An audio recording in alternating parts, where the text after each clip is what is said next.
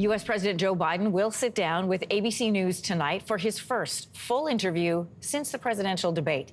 The White House and Biden are denying he's considering stepping down as the Democratic nominee, despite a growing chorus of voices suggesting that he should. The Democratic National Convention is only about a month and a half away. And with us this morning, with a look at who is being talked about, its potential alternatives, is political commentator and founder of Max Black Media, Avis Jones-DeWeaver. Great to have you back with us. Wonderful to be back. Thanks for having me. So the large majority of those within the Democratic Party who have voiced their opinions on the issue say they are in support of Joe Biden staying on as the nominee. But there are those, like strategist James Carville, who have said the Democrats need somebody new in order to have a hope against Trump in November. What do you think the party and the Biden campaign are weighing on this decision on whether or not he step aside? Because as the president, ultimately, the decision is his. Absolutely. The decision is definitely his. The primary process is over. So if it is not to be him, he has to be the one to make that decision. What they're weighing right now are the after effects of, honestly, an actual horrendous appearance in terms of that debate. Every doubt, every concern that individuals had in the back of their mind about whether or not he would be able to carry on not only the campaign, but the duties of the presidency for an additional 4 years with regards to his advanced age.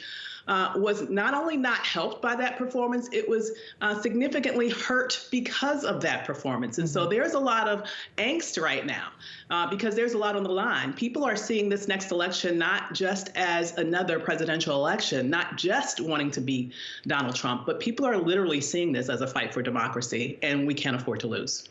Vice President Kamala Harris was often the first name floated when discussing a potential replacement for Joe Biden as the vice president. This would make sense. She's already an established national figure, and she's already on the ticket. So technically, she's first in line to access the campaign's war chest. But how do you think replacing Biden with Harris would affect the Democrats' chances in November? Also keeping in mind that as part of this new ad campaign by the Republicans, having just her name on the ticket to them is a sell point to vote Republican. Right. Well, they have been preparing to run against her.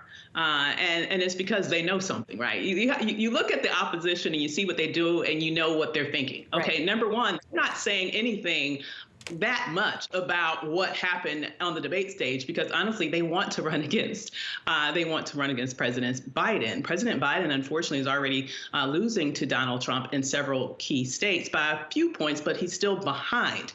I'm also looking at polls that suggest that of all the Democratic contenders that could take his place, Harris is actually leading everybody else. And so what they're trying to do is they're trying to attack her already, anticipating that she might, in fact, be a very formidable candidate. Let's talk about these alternatives then. Who could possibly be a replacement if Joe Biden decided to step aside?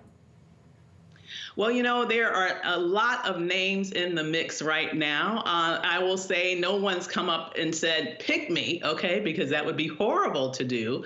But there are a lot of names in the kitty, so to speak. So Governor Whitmer is another one that is in the mix. She comes as a governor of a very, very crucial state.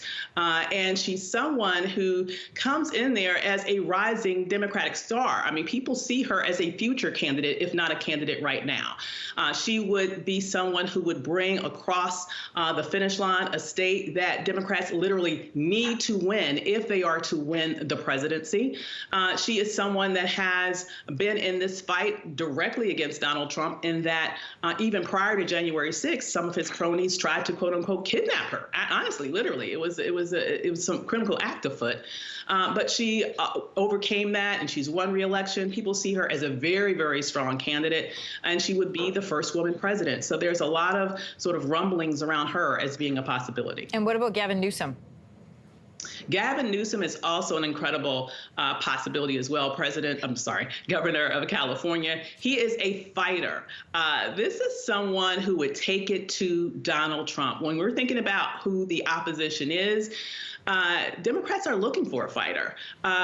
We look at what he has done in California in terms of beating back an election that attempted to recall him, and we see him take the national stage as someone who will take it right to those those Republican opponents and not mince words. And I think that's something that would get many Democrats excited. Though California is a state that they would win already, I do believe he's someone that could have very strong national appeal. All right, let's jump ahead to tonight. ABC airing an interview with the president. What will you be looking for? He needs to prove that he can answer questions in real time, unscripted. He needs to prove that he's not going to get confused, that he's not going to be someone who is going to all of a sudden say something that's completely irrelevant to what the question was about. He needs to assure Americans that he is fit for the job, not only today, but for the next 4 years. He needs to assure Americans that he actually has what it takes to defend democracy, especially in light of the recent Supreme Court decisions that is very, very disturbing to a lot of us here.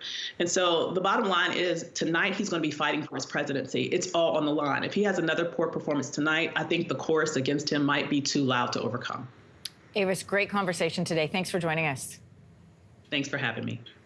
Hey, thanks for watching. If you liked this, be sure to subscribe here, or you can check out more Your Morning videos right here.